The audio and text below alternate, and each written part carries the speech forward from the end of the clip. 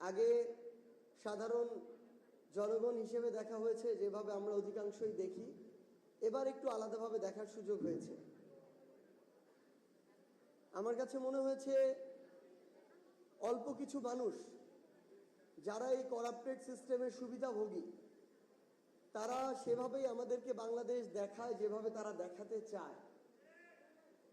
এবং এই মুহূর্তে বা বিগত বছরের পর বছর ধরে 24-25 সালে এসে দাঁড়িয়ে বাংলাদেশের অবস্থা অনেকটা এরকম যে সর্বাঙ্গে ব্যথা ঔষধ দেব কোথা। আসলে আমরা এখন এমন কিছু বিষয়ের মধ্য দিয়ে যাচ্ছি যেটা অনাকাঙ্ক্ষিত এবং অপ্রত্যাশিত।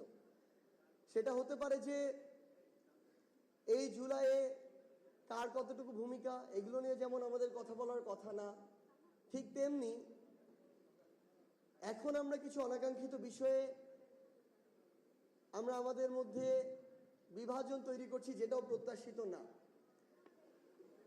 আমাদের এই যে ক্ষত বাংলাদেশে তৈরি হয়েছে, এটা কিন্তু 16 বছরের ক্ষত না, এটা 53-54 বছরের একটা ক্ষত। 71 পরবর্তী সময় থেকে এই ক্ষত কখনো এক বছরে পূরণ হবে না। আপনি বা আমি যাকে দায় দিয়ে দেই, এখানে আমাদের কয়েকটি হসপিটালে সম্মানিত পরিচালক যারা আছেন তারা রয়েছেন। আমি ধরে নিচ্ছি ঢাকা মেডিকেলের সম্মানিত পরিচালক যিনি আছেন তিনি আছেন। এখন আমি তাকে দায় দিতে পারি যে ঢাকা মেডিকেলে যেই চিকিৎসা হওয়া দরকার ছিল, যেই সুযোগ সুবিধা একজন নাগরিকের একজন আহত পাওয়া দরকার ছিল, সেটা তারা পায় না, এটার জন্য তিনি দায় দিয়ে দিলাম। কিন্তু তিনি যে এগুলো দিতে পারেন না, এটার সাথে সংশ্লিষ্ট একজন ডাক্তারের প্রয়োজনীয় সুযোগ সুবিধা, একজন কর্মচারীর প্রয়োজনীয় সুযোগ সুবিধা, প্রয়োজনীয় ওষুধের সাপ্লাই, প্রয়োজনীয় ইনস্ট্রুমেন্টের সাপ্লাই, এই প্রত্যেকটা জিনিসের সাথে এই রাষ্ট্রের অসংখ্য গুরুত্বপূর্ণ মন্ত্রণালয় বলি, প্রতিষ্ঠান বলি, ব্যক্তি বলি জড়িত। তারা কি তাদের দায়িত্বটা ঠিকমতো পালন করেছে?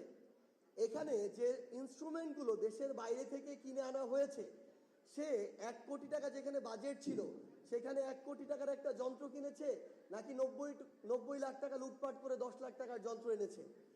এই প্রত্যেকটা জায়গার সাথে যারা জড়িত, তারা যদি তাদের দায়িত্বটা ঠিকমতো পালন করে, তাহলেই সেখানকার পরিচালক তার দায়িত্বটা ঠিকমতো পালন করতে পারবেন। কিন্তু আমরা সরাসরি আমাদের চোখে যাকে দেখি তাকে দায় দিয়ে একটা দায় সারা দায়িত্ব পালন করি। ইভেন আমরা যখন একজন সাধারণ নাগরিক হিসেবে ওই ঢাকা মেডিকেলে চিকিৎসা নিতে যাই, যখন আমার সামনে আমি 20 জনের লাইন দেখি, দরজায় দাঁড়িয়ে থাকা লোকটার পকেটে 200 টাকা ঢুকিয়ে দিয়ে আমিও সামনের দিকে চলে যেতে চাই, কারণ আমার কাজ আছে বা আমার ব্যস্ততা, যেন আমার সময়টা আমার ছাড় কারণে।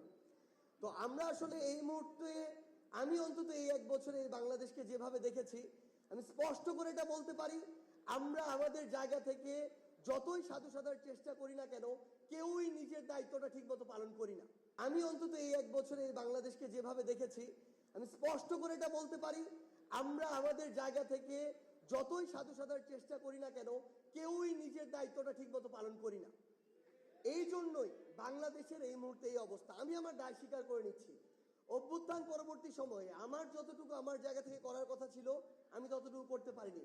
কিন্তু এটাই সত্য, আমার করার জন্য অন্যান্য সিস্টেমের যে সাপোর্টগুলো থাকা দরকার, এদেশের রাজনৈতিক দল, ওই দলের ব্যক্তিবর্গ, তাদের যতটুকু সদিচ্ছা থাকা দরকার, আমলাতন্ত্রে যারা চাকরি করে তাদের যতটুকু সদিচ্ছা থাকা দরকার, আমার উপদেষ্টা মণ্ডলীতে যারা আছেন তাদের যতটুকু অভিজ্ঞতা থাকা দরকার, কিংবা এই প্রত্যেকটা জায়গায় ইভেন সাধারণ জনগণের যতটুকু সহযোগিতা করা দরকার, কেউই তারটা করে নাই।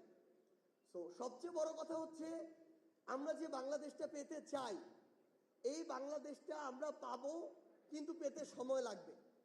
এবং সবচেয়ে গুরুত্বপূর্ণ কথা হচ্ছে, 24 পূর্ববর্তী সময়ে হাসিনা এই বাংলাদেশকে যেই পর্যায়ে নিয়ে গিয়েছিল, যেই স্বৈরাচারী সিস্টেম তৈরি করেছিল, আমার ওই জুলাই যোদ্ধা ভাইয়ের সাথে গলা মিলিয়ে আমি বলতে চাই, বাংলাদেশে যে কেউ যে কোনো ফরম্যাটে যে কোনো ব্যক্তিকে সামনে রেখে এটা আর কোনোদিন করতে পারবে না। এই সুযোগটা এই বাংলাদেশে হবে না। এই বাংলাদেশের যেই ইয়াং জেনারেশনটা এই টোটালি রাজনৈতিক সচেতনতা থেকে, দেশের চিন্তা থেকে একপাশে সরে গিয়ে শুধুমাত্র ব্যক্তিকেন্দ্রিক কিংবা অন্যান্য বিভিন্ন চিন্তা কেন্দ্রিক বিষয়ে নিমগ্ন ছিল, যে ইয়াং জেনারেশনটা কখনো বাসায় রাজনৈতিক আলোচনায় থাকতো না, যে ইয়াং জেনারেশনটাকে ভোটের সিদ্ধান্ত আলাদা করে দিতে দেওয়া হতো না, সেই ইয়াং জেনারেশনটা এখন বাড়িতে যে কোনো সিদ্ধান্ত নেওয়ায় গুরুত্বপূর্ণ ভূমিকা পালন করে।